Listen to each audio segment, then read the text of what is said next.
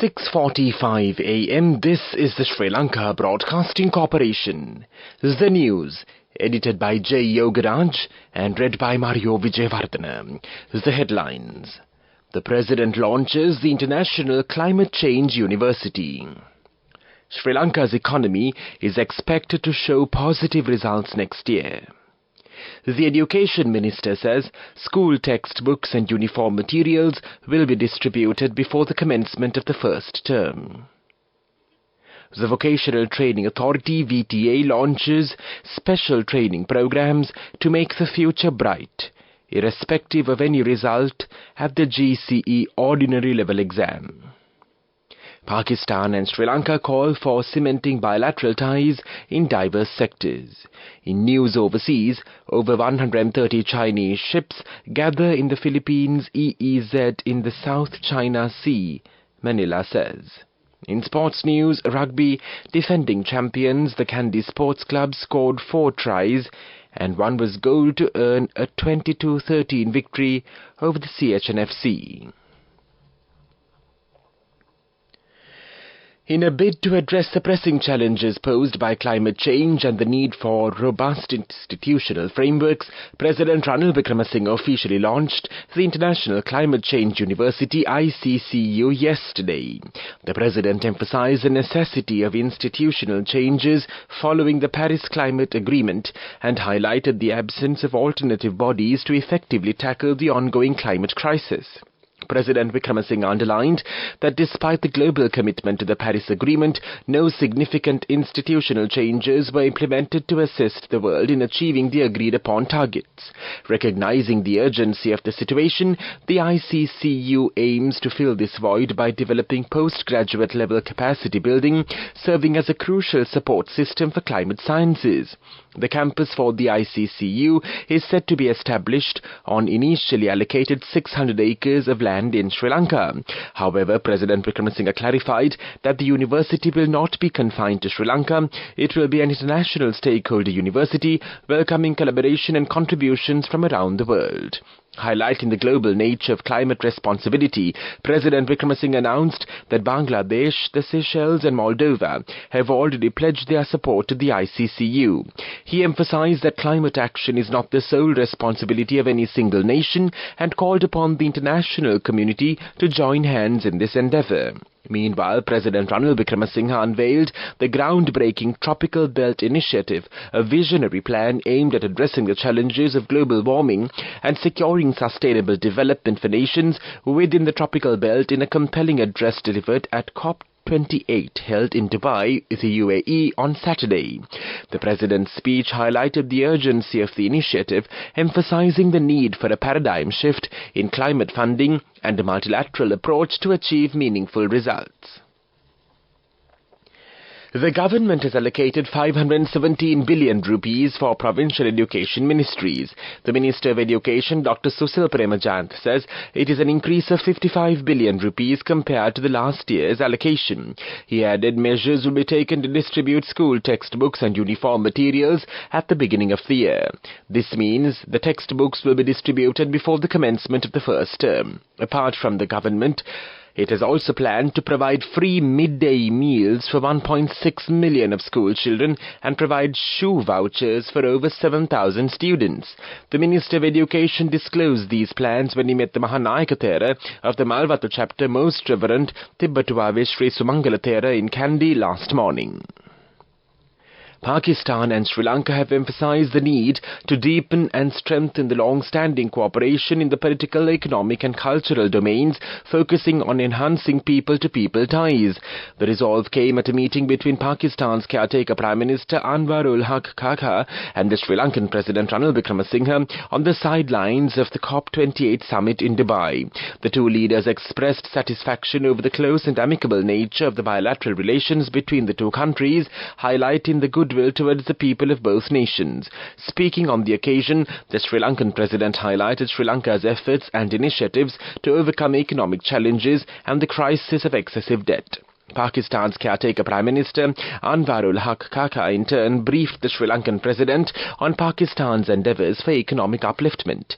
The leaders of both the nations underscored the importance of collaborative efforts to address common challenges, including fostering peace and prosperity in South Asia and tackling the adverse effects of environmental changes. The Sri Lankan President shared insights from Sri Lanka's experiences, particularly in overcoming financial crises and challenges associated with excessive debt. This news broadcast comes to you from the Sri Lanka Broadcasting Corporation.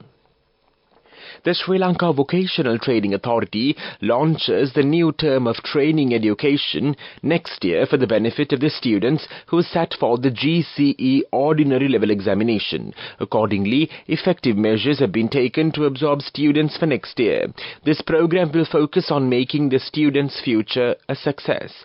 Students may contact the following telephone numbers for more information: 0117 277 888 or 0117 270 270 or WhatsApp on the number 070 6767696. Once again, students may contact the following telephone numbers for more information with regards to the Sri Lanka Vocational Training Authority programs on 0117 277 888 or 0117 270 270 or WhatsApp on 070 6767696.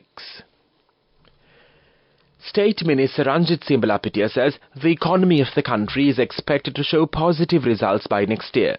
The general public should not fear about the levy on essential commodities. The State Minister assures that the tax burden will gradually be brought down next year.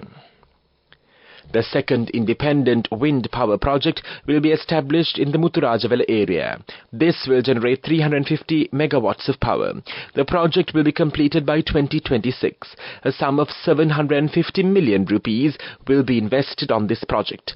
10 hectares of land in extent in the Muthurajavala area will be allocated for this project. A relevant MOU in this regard was signed recently at the CEB premises. A sum of 720 million rupees in income will be generated in the long run by allocating this land. The Parliament will convene today at 9:30 a.m. and today is the 11th day of the committee stage debate of the Budget 2024. The votes on the Ministries of Women and Child Affairs, Social Empowerment, Sports and Youth Affairs will be taken up for debate today.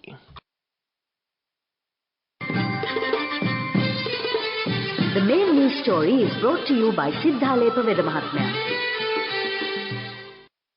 COPA says the Human Rights Commission faces many practical issues. Therefore, more funds should be allocated from the budget proposals next year for the Human Rights Commission. A sum of 400 million rupees is expected to be allocated for this purpose. COPA also advises the Commission to take maximum use of the funds to solve the practical issues. The main news story was brought to you by Sinhala Mahatmya. And now in Watchlight, the obesity levels of school children in the Colombo district have increased to 8%. The Director of Maternal and Child Health of the Family Health Bureau, Dr. Chitramali De Silva, says children tend to consume foods more in carbohydrates due to the difficulty of buying protein-rich foods, and it is a reason for the increase in obesity levels. Dr. Chitramali added, the trend of rising child obesity levels will have a negative impact on their future, and it will lead to an increased number of people infected with non-communicable diseases. Dr. Chitramali also warns students will also get diabetes, high blood pressure and heart issues in the future. That came to you in Watchlight. In world news headlines now.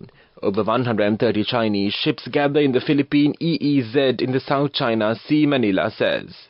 Activist Agnes Chow may never return to Hong Kong. 4 years since a Japanese doctor and aid worker, Nakamura Tetsu, was killed in Afghanistan.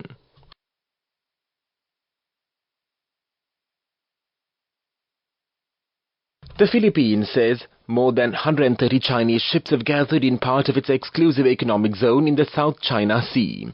Manila and Beijing have competing claims to the waters. The Philippine Coast Guard said on Sunday that it had found the Chinese vessels moored near a coral reef of the Spratly Islands over 300 kilometers west of the Philippine island of Palawan.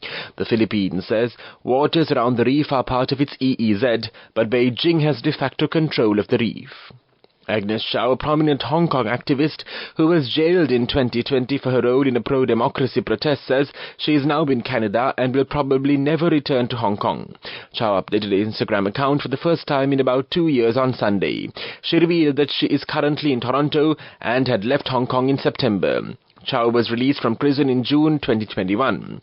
Chow said that she was originally scheduled to return to Hong Kong this month, as she is required to periodically report to the police.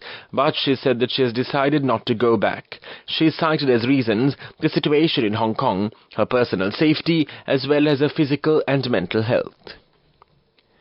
Monday today marks 4 years since Japanese Dr. Nakamura Tetsu, who provided humanitarian support in Afghanistan for many years, was shot dead in the country. Nakamura was gunned down in the eastern province of Nagahar on the 4th of December 2019. He was 73 years old. It remains unclear who killed Nakamura or for what reason. An investigation is stalled since before and after the Taliban returned to power in 2021.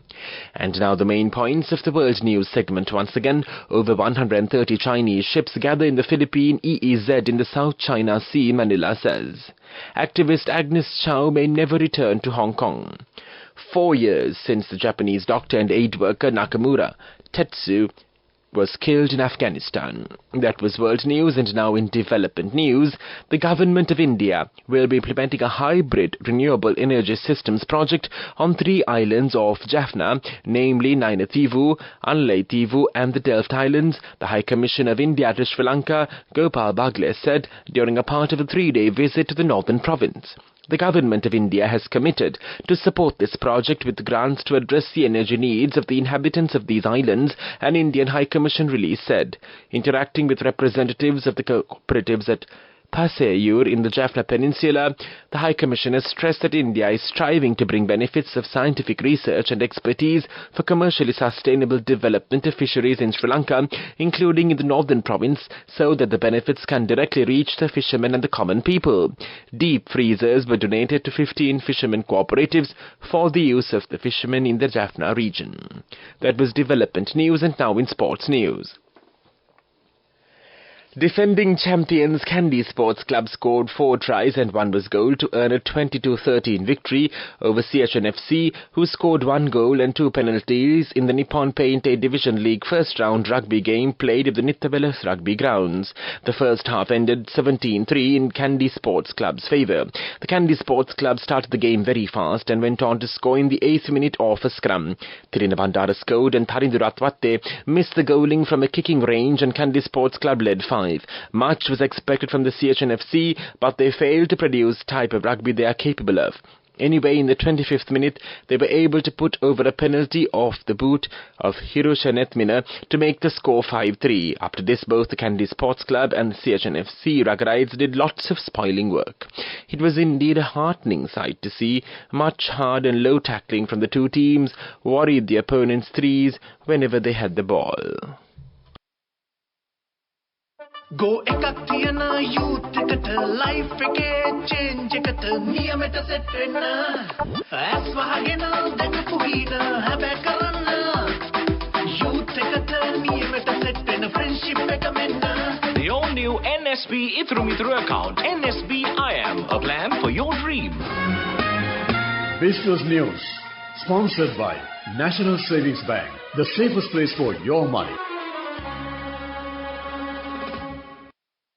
At the recent Colombo Motor Show, Hyundai Abans, the authorized distributor of Hyundai vehicles in Sri Lanka, achieved a noteworthy accomplishment by handing over the inaugural key to the locally assembled Hyundai Grand i10 to Chatra Fernando, the first owner of the locally assembled Hyundai Grand i10. This significant moment was marked by the presence of Rajat Kaldra and Abhikant Gangal, representatives from Hyundai Motor India, with Darius Pestonji and Raj Ranasinghe representing Abans Auto Private Limited. Hyundai Abans was the official automotive partner for the Colombo Motor Show 2023.